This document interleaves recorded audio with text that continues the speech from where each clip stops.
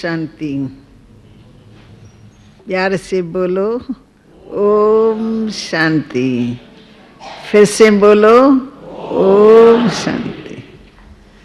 ये महामंत्र सबसे पहले दिन जिस दिन हम इस संस्था में आए हैं उसी दिन हमको ये महामंत्र मिला, जिससे हम आज यहाँ तक पहुँचे हैं। इसका हम प्रयोग करते रहे कि अहम आत्मा शांति स्वरूप हूँ। तो न सिर्फ हम मन से या मुख से बोलते हैं, परंतु प्रैक्टिकल में इसको यूज करते हैं। उससे मन में शांति और शीतलता रहती है। न किसी की बुराई को देखना है, न उसका वर्णन करना है, न उसका चित्त में चिंतन करना है। जो कुछ हो रहा है वो मैं ये देखती हूँ कि पर चिंतन के कारण हमारे अंदर में दुख और शांति बहुत बढ़ जाती है। अगर हम थोड़ा स्वचिंतन करना सीखें, जो हमको राजयोग सिखाता है, तो हमारी जीवन बहुत सुंदर और सरल बीत सकती है। इसमें कुछ भी करने का नहीं, कोई मेहनत नहीं, कोई हठ योग नहीं, कुछ भी कड़ी साधना नहीं है। हर एक छोटा बच्चा भी कर सकता है। तो हमारे यहाँ छोटे बच्चे भी मेडिटेशन में बैठते हैं, बहुत अच्छी तरह से बैठते हैं। हम उनको भी ये पाठ पढ़ाते हैं। नर हो नारी हो, कोई भी जाति वाला, कोई भी वर्ग वाला इस ज्ञान को, इस योग को सीख सकता है, क्योंकि ये धर्म भेद जाति भेद से ऊपर की बात है। ये रूहानियत है। ये रूहानियत आज के युग में कोई किसी को सिखलाता नहीं है, परंतु हमको किसने सिखलाया ये भी मैं बताना जरूरी समझती हूँ कि आप सबको मालूम पड़े। हमारे लिए बहुत खुशी की बात है। हम बहुत भाग्यशाली हैं जो आप इस स्थान पर पहुँचे हैं और हमको आपकी सेवा करने का मौका मिला है। तो आप भाग्यशाली इसलिए हैं कि ये जो स्थान है ज्ञान सरोवर, ये स्वयं परमपिता परमात्मा के प्रेरणा से ही बनाया हुआ है, आप सबके कल्याण के लिए, आपको पतित आत्माओं को पावन बनाने के लिए, बुराइयों से छुड़ाने के लिए। तो ये एक रूहानी हॉस्पिटल है। यहाँ आंखों का भी ऑपरेशन होता है। ये जो मायावी आंखें हैं, हर वक्त हमारा विकारी दृष्टि चली जाती है, देह की दृष्टि चली जाती है। तो यहाँ पर जो रूहानी इंजेक्शन लगता है उससे, और जो हमारी आत्मा का तीसरा नेत्र खुलता है, उससे हम आत्मा के भाव से देखते हैं। तो हमारा तीसरा नेत्र खुल जाने से सबके प्रति समभाव जाता है। सब परमात्मा के बच्चे हैं, हम सब आपस में भाई भाई हैं। तो संसार में रहने का और संसार में व्यवहार करने का एक आनंद आ गया है। हमको सब अपने ही लगते हैं, पराया तो कोई लगता ही नहीं है। हम कभी कभी वंडर खाते हैं कैसी बाबा ने सुंदर जीवन हमारी बनाई। तो हमको सब, चाहे किसी भी जात वाला, किसी भी वर्ग वाला हो, परंतु हमको ऐसे लगते हैं सब हमारे अपने भाई हैं, क्योंकि ये निश्चय हमको इस विद्यालय से हुआ कि मैं आत्मा हूं, न कि शरीर। मैं आत्मा हूं, ज्योति स्वरूप हूं, शुद्ध हूं और शांत हूं। मैं किसकी संतान हूं? मैं ऊंचते ऊंच पिता परमात्मा की संतान हूं, सर्वशक्तिवान पतित पावन पिता की संतान हूं, जो गुणों का सागर है। ऐसे बाप की संतान हूं। और मैं आत्मा परम धाम शांति धाम से आई हूँ। आपको राजयोग में बहनों ने सिखाया होगा कि हमारा असली ओरिजिनल होम परम धाम है, शांति धाम। वहां से हम आए हैं और हम जगत में मेहमान हैं। ये मुसाफिर खाना है। इस मेहमान खाने, मेहमान जो जाता है वो जिस भी स्थान पर रहता है उस पर अपना अधिकार नहीं जमाता। वो प्रामता से रहता है, 3 दिन रहता है, 4 दिन रहता है, परंतु रहते ही उस ख्याल से है कि हम 3-4 दिन के मेहमान, हमको जाना है। तो ये सृष्टि भी एक मुसाफिर खाना है। अगर अपने आप को आज से ही आप मुसाफिर समझेंगे तो आपकी लाइफ बहुत अच्छी रहेगी। नष्टो मोह हो जाएंगे, न रहेगा लोभ, न रहेगा मोह। कुछ भी तो नहीं लेके आए थे ना अपने साथ में, और जब जाएंगे तो कुछ ले जाएंगे। कोई हमारे साथ में आया था? पूछो, किसी से भी पूछो, देखो अपने आप को, मैं कैसे आया था। फिर जाना है तो हम कैसे जाएंगे? कोई हमारे साथ होगा? चाहे 7 भी होंगे, पर आत्मा सुख में निकल गई तो बस कौन क्या कर सकता है, कोई पकड़ तो ही सकता है। तो आत्मा का असली स्थान परमधाम, और हम मुसाफिर है, आना और जाना होता रहता है। इसलिए अगर मुसाफिर खाना बुद्धि में रखेंगे तो हमारी स्टेज बहुत अच्छी रहेंगी और हम अनेक दुखों से छूट जाएंगे। हम जो मेरा मेरा करके बैठे हैं ना, वो मेरा मेरा ही हमको दुख देता है। मेरा तो है ही नहीं, सब कुछ उसका है, हम ही उसके हैं, तो हमारा सब कुछ उसका है। ये पाठ पक्का करने से हमारा संसार सुखमय हो जाएगा। अभी हम दुख भी भोगते हैं, अनेक प्रकार की तकलीफों में आते हैं, थोड़ा नुकसान होता है तो ऐसा लगता है सब कुछ हमारा खो गया। भाई सब कुछ तो हमारा खोया नहीं, कुछ नुकसान हुआ, कोई बात नहीं, कमाया भी, यहाँ थोड़ा गमाया भी, फिर कमाएंगे, थोड़ी मेहनत करेंगे तो घबराएंगे नहीं और जीवन अच्छी रहेंगी। हम आज आपको वो बात बतानी चाहते हैं जो हमारे लिए बहुत बड़ी बात है, बहुत ऊंची बात है। अभी तक हमने आपको नहीं बताई थी, आज मैं आपको बताती हूँ कि इस ईश्वरी विश्वविद्यालय का जो फाउंडर है, जिनका फोटो आप सभी देख रहे हैं, तो आपके अंदर में भी क्वेश्चन उठा होगा, ये है कौन, इनका इनके साथ क्या संबंध है। तो आप समझते होंगे शायद इनका गुरु जी होगा। हर एक अपने गुरु को ही साकार करती है, फोटो रखते हैं, चित्र रखते हैं, लेकिन ये हमारा गुरु नहीं है, ये हमारा पिता है साकार में। हम उसके गोद के बच्चे हैं।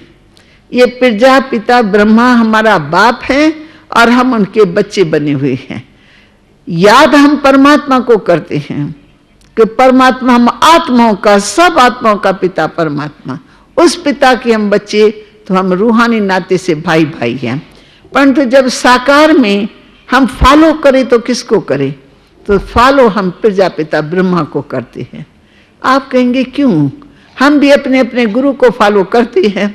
आप अपने में संतुष्ट है, खुश है, हमारे को भी खुशी है, लेकिन हम आपको ये बात बताने चाहते हैं कि ये एक साधारण व्यक्ति नहीं है। इसका संसार में बहुत ऊंचा पाठ है जो भगवान ने खुद दिव्य दृष्टि दी, दिव्य बुद्धि देके इसका पाठ का सारा साक्षात्कार हमको कराया। मैं इनकी लौकिक जीवन भी आपको थोड़े शब्दों में बताऊंगी कि 1936 में मैं इस संस्था में आई हूँ, बाल्य अवस्था में, 12 साल के एज में। तो मेरे घर के पास में बाबा का घर था, साकार बाबा का। तब ये प्रजापिता ब्रह्मा नहीं था, तब इतना बड़ा कार्य नहीं था। हाँ, ज्वेलर था, बहुत बड़ा नामी ग्रामी ज्वेलर था, हैदराबाद सिंध में उसका अपना परिवार था। परिवार में सुख और शांति थी। कभी बाबा ने क्रोध नहीं किया होगा, कभी लोभ मोह नहीं, दान वृत्ति, कृष्ण का अनन्य भक्त, गीता का प्रेमी, गुरुओं में अटूट श्रद्धा, दान धर्म तो हर रोज बाबा के घर से होता ही रहता था। ऐसा व्यक्ति था, परंतु उसके अंदर में एक आश थी कि मुझे भगवान का दर्शन होना चाहिए, मुझे भगवान का दर्शन होना चाहिए। परंतु दर्शन नहीं हुआ था।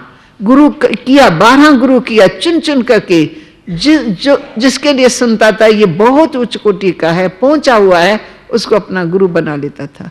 उनके पास जा जा करके अपनी आश रखता था, लेकिन किसी गुरु द्वारा उसकी आश पूरी नहीं हुई।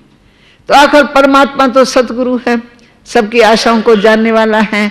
तो समय आया है जबकि अचानक ही परमात्मा ने उनको अनेक प्रकार की दिव्य दृष्टि दी, भंडार खुल गया। कैसे खुला? कलकत्ते में ज्वेलर था तो मुंबई में आता जाता रहता था ग्राहकों से मिलने करने के लिए। तो एक दिन गीता का ज्ञान सुन रहा था, तो सुनते सुनते गुम हो गया। परमात्मा ने उसका अंदर का नेत्र खोल दिया, तो उनको विष्णु भगवान का साक्षात्कार हुआ। साक्षात्कार होते ही अंदर में उनको बहुत खुशी महसूस हुई और विष्णु भगवान के द्वारा उसको एक वरदान मिला कि अहम विष्णु तत्त्वम, तुम मेरे समान, तुम भी देवता हो। तो बाबा का उसके पीछे बहुत ध्यान गया कि ये किसने कहा, तत्त्वम का वरदान मुझे किसने दिया और क्या है, मैं कैसे देवता हो सकता हूं, इसका क्या रहस्य है। तो उसमें एकांतवास हो गया। घर में उनको कुछ अच्छा नहीं लगता है जब तक उस राज का उसको पता न लगे।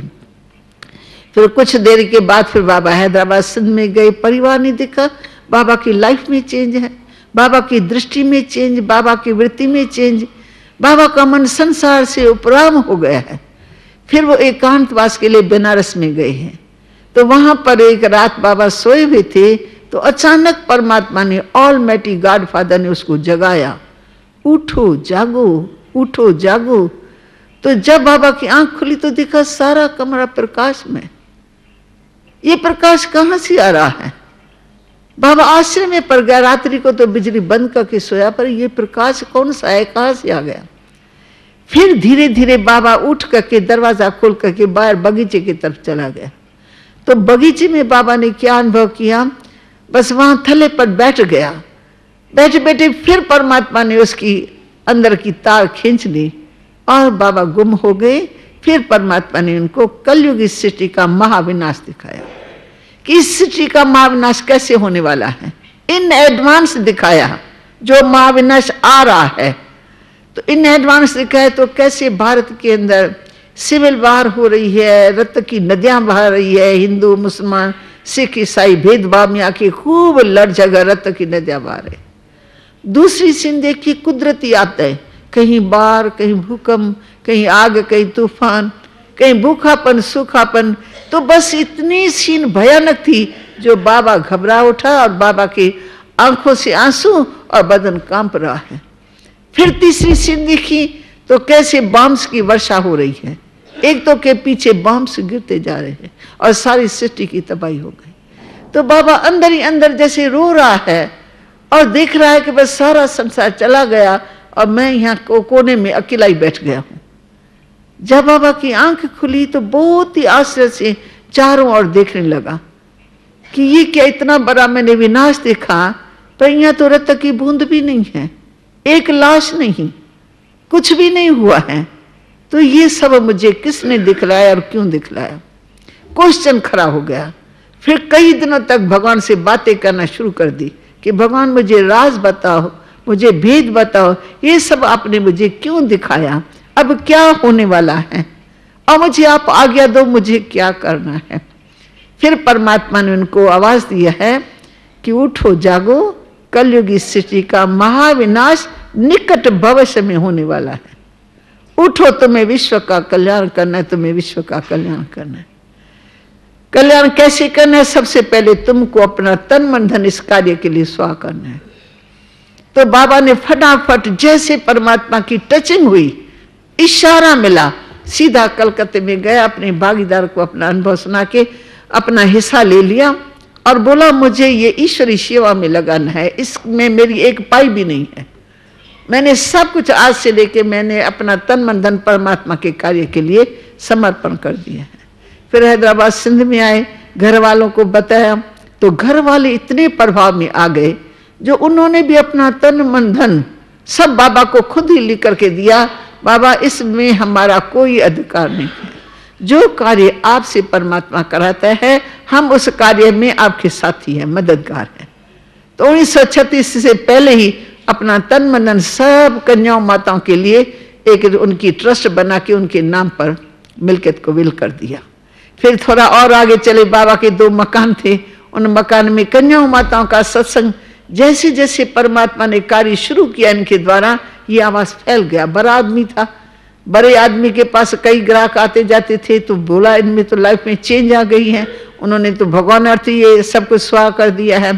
फिर लोग आने लगे और इतने लोग आने लगे जो बाबा के घर आता था उनको डायरेक्ट परमात्मा दृष्टि दे करके, परमात्मा उनके थ्रू ऐसी दृष्टि देता था जो उनको दिव्य दृष्टि में कई प्रकार के साक्षात्कार होते थे। इनको देवता रूप में भी देखते थे और फिर निराकार ज्योति स्वरूप का साक्षात्कार, फिर इनके मस्तक के द्वारा ऐसा उनको साक्षात्कार होता था जो शरीर गुम हो जाता था, जैसे उनके सामने कोई फरिश्ता खड़ा है। तो लोगों में ये चर्चा चालू हो गई कि यहाँ ये क्या हो रहा है, वो अपना अनुभव सुना, मैं अपना सुना, वो अपना सुना, ये बात बढ़ती गई। फिर बाबा ने शुरू में बच्चों के लिए राज विद्या रूहानी विद्या का एक स्कूल खोला, वंडरफुल स्कूल खोला, जिसके द्वारा बहुत सेवाएं हुई। तो 1936 में बाबा ने ये आरंभ किया और फिर परमात्मा ने उसको इस महान कार्य के लिए निमित्त बनाया। उठो जागो, तुम्हें विश्व का कल्याण करना है। तो आने वाला संसार कैसा होगा? कलयुग तो जाने वाला है, उनका तो महाविनाश होगा। वो दिखा दिया। अब आने वाला संसार कैसा होगा, तो वो भी दिव्य दृष्टि में दिखा दिया कि कैसा सुंदर संसार, लक्ष्मी नारायण की राज दरबार दिखाई चारों ओर, यानी खुशहाली भी है, और रतन जर्त महल हीरे मोती तो क्या, बस समझो सोन मट्टी सब एक समान। ऐसा देवताओं का सुंदर राज परमात्मा ने उसको दिखाया, और दिखाने के बाद ये इशारा दिया, उठो जागो, तुम्हें ऐसा सुखमय संसार बनाना है। अब ये तो मनुष्य है, गृहस्थी बाल बच्चेदार, सुखमय संसार ये कैसे बनाएगा? तो जब तक वो खुद न बने तब तक दूसरे को बना नहीं सकता है। अब उनके पास तो वो पावर भी नहीं थी, कैसे हम अपने को भी सुखमय बनाएं? गृहस्थी आदमी था, बाल बच्चों में तो होता ही है थोड़ा बहुत तो, परंतु परमात्मा ने फिर डायरेक्ट इसको महान कार्य के लिए निमित्त बना के इनको मर जीवा बना दिया कंप्लीट। कल वो मनुष्य, हमने खुद देखा, मनुष्य गीता पढ़ता था, पढ़ाता था, सब उनके घर में आते थे, कोई गीता सुनाने वाला आता था, वो गीता सुनते थे, हम भी सुनते थे। लाइफ में चेंज, एकदम से चेंज आ गई। भगवान ने उसको भक्ति का फल दे दिया। फिर परमात्मा ने इसको नया जन्म दिया, नया नाम मिला और नया काम मिला। नया काम कौन सा मिला? कि अब तुम्हें नया संसार बनाना है, ऐसा सुखमय संसार तुम्हें बनाना है। तो ज्ञान तो उसको था नहीं, फिर डायरेक्ट परमात्मा ने गीता का ज्ञान उसको अंदर आत्मा को दिया। आत्मा अंदर पढ़ती रही। बाबा वंडर खाता है कि आज मुझे ये बात का पता लगा, आज मुझे ये बात का पता लगा। फिर सबको बाबा सुनाने लगता था। तो बाबा के सुनाने में ताकत, बाबा के नैनों में ताकत, बाबा के मस्तक में ताकत, क्योंकि डायरेक्ट परमात्मा ने उसको अपना माध्यम बनाया। इनके थ्रू परमात्मा ने ये सारा कार्य करना चाहा, ये संकल्प दिया कि तुमको नया विश्व बनाना है, तो नए विश्व के लिए नया ज्ञान दिया। जैसे बाबा को ज्ञान मिला, बाबा ने उसी समय उसी सेकंड में बांटना शुरू कर दिया। घर वालों को दिया, पड़ोसियों को दिया, जो जो बाबा के सामने आए, तो इसका कलम लग गया 1937 में। और उसके बाद फिर हम 38 में कराची में आए हैं। फिर कराची में 10-12 साल बाबा ने हमको अंदर तपस्या में रखा कि तुमको खुद तपस्या करनी है, अपनी साधना करनी है, अपने मन को, विकारों को जीतना है। तो रोज बाबा योग कराते थे, मेडिटेशन कराते थे, रात रात जगा के मेडिटेशन कराते थे। उस मेडिटेशन से हमारे में शक्ति आ गई। जिन विकारों को छोड़ने चाहे नहीं छोड़ सकते थे, परंतु ये विकार तो हमारे से भाग गए। भगवान की शक्ति मिलती रही, हम प्रेम स्वरूप, शांति स्वरूप, आनंद स्वरूप स्थिति में आ गए। तो हमको मेहनत नहीं करनी पड़ी, साधना में आनंद बहुत आता था। अवस्था बहुत अच्छी हो गई, नष्ट मोहा, संसार में रहते भी संसार से न्यारे हो गए। फिर बाबा ने हमारे टोटल 14 साल, 1936 से 1950 तक 14 साल हमारी तपस्वी लाइफ रही। फिर उसके बाद बाबा ने आज्ञा दी, अब जाओ देश विदेश में जाकर के सबकी सेवा करो, सबको ये परमात्मा का ज्ञान दो जो तुमको मिला है, जिससे तुमने अपनी लाइफ बनाई है। अब जाओ अपने भाई बहनों को जाके जगाओ। तो बाबा ने त्याग से, अपनी तपस्या से, अपनी सेवाओं से, प्रैक्टिकल लाइफ से, हम आपको ये बताते, एक अक्षर के कथनी और करनी बिल्कुल एक। जो सोचना है वो बोलना है, वो करना है, तीनों को हम एक समान देखते थे। तो बाबा को हमको कुछ भी सिखाने की मेहनत नहीं करनी पड़ी। हमारे सामने एक ऐसा एग्जाम्पल पेश हो गया जो हम उसमें बदलते गए और बाबा को फॉलो करने के लिए ताकत आ गई। तो बहुत सारे 350-400 के करीब परिवार के परिवार बाबा को फॉलो करने लगे। उन्होंने भी अपने लाइफ को समर्पण किया और जो काम बाबा ने किया वो काम उन सब ने किया।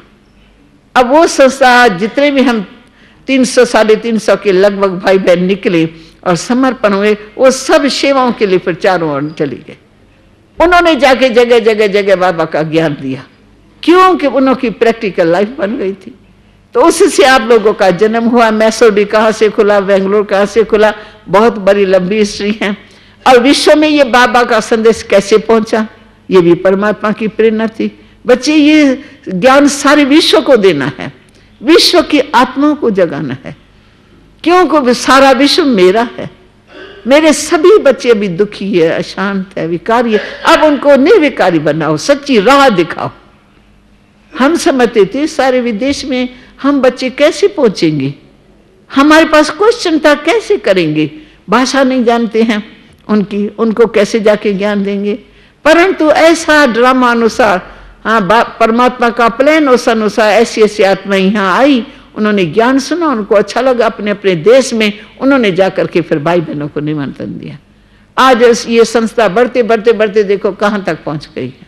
अब परमात्मा का अंतिम ये संदेश है कि विश्व तो बदलेगा, उसमें तो कोई शक नहीं है।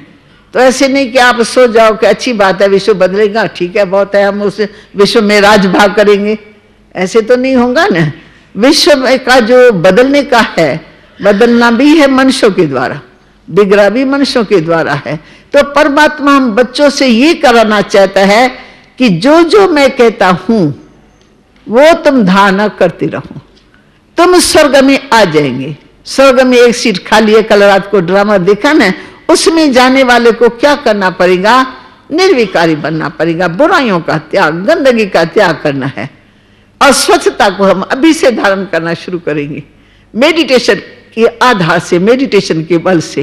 तो जितनी स्वच्छता आएंगी उतना हमारा मन परमात्मा में लगेगा, उतनी हमारी धारणा स्ट्रांग होगी, माया जीत बन जाएंगी, निंद्रा जीत बन जाएंगी, कर्म इंद्रिया जीत बन जाएंगी। कोई भी कर्म इंद्रिय धोखा नहीं दे सकती है योगी आत्मा को। तो परमात्मा ने इतना सुंदर सहज योग हम बच्चों को सिखाया और ये प्रेरणा दी कि ये तुम्हारा अंतिम जन्म है, कलयुग की अंत में आखिरी जन्म है। अब इस आखिरी जन्म में कमाई करेंगे तो हम सचखंड में चले जाएंगे, स्वर्ग में चले जाएंगे। मरना तो है सबको, मौत सामने खड़ा है, वो बाबा ब्रह्मा को शिव बाबा ने दिखा दिया, वो तो 100% हमके विश्वास है। परंतु मौत से पहले पहले हम अपने में वो अच्छे संस्कार भर दे, भगवान की आज्ञा का पालन करें, अपन को भी सुखी बनाए और अपने भाई बहनों को, परिवार को, सबको ये बाबा का संदेश देते जाओ। जीवन की चुनौतियों का सामना करना इतना मुश्किल क्यों है? क्या आप अक्सर जीवन के प्रति उदासीन हो जाते हैं? आप अपने मन का उसकी पूरी क्षमताओं के साथ प्रयोग करते हैं? 70% से अधिक रोगों का कारण मानसिक तनाव है। तो आइए अच्छे स्वास्थ्य के लिए राजयोग द्वारा अपने मन को स्वस्थ बनाएं। तनाव मुक्त जीवन का सुख लेने के लिए प्रजापिता ब्रह्मा कुमारी ईश्वरीय विश्वविद्यालय द्वारा सिखाए जाने वाले सहज राजयोग के माध्यम से अपनी मानसिक व आध्यात्मिक शक्तियों को पुनः जागृत कीजिए। किसी भी आयु, धर्म, संस्कृति अथवा राष्ट्रीयता वाले व्यक्ति इसे आसानी से अपना सकते हैं। विविध प्रशिक्षण जैसे स्वप्रशासन एवं नेतृत्व, तनाव मुक्त जीवन, सकारात्मक चिंतन आदि Brahma Kumari academy for a better world mount Abu में आयोजित किए जाते हैं। अधिक जानकारी हेतु हमारी वेबसाइट bkwsu.com पर जाएं अथवा अपने स्थानीय सेवा केंद्र से संपर्क करें।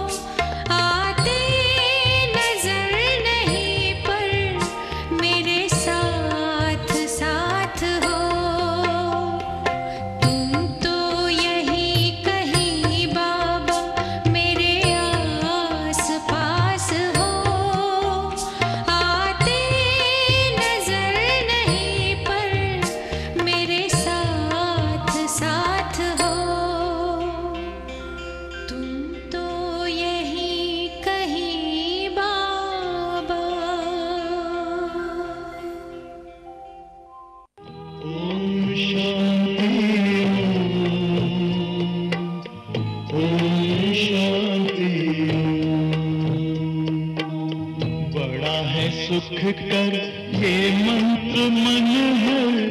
ओम शांति